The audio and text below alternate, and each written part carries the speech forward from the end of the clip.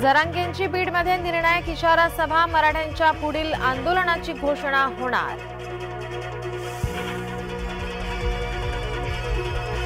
केदार यांना शिक्षा सुनावताच प्रकृती बिघडली, सुनील केदार अतिदक्षता विभागात, नागपूर जिल्हा बँक घोटाळ्यात केदार दोषी। काँग्रेसची जाहीरनामा समिती जाहीर, राहुल वगळता 16 नेत्यांचा समावेश।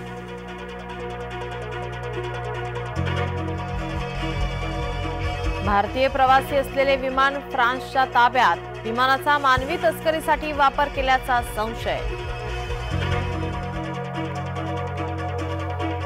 नैना प्रकल्पाबाबत शेतकरी आक्रमक, सिडको अतिक्रमण विभागाला पाठवले माघारी, 100 जणांवर गुन्हा दाखल।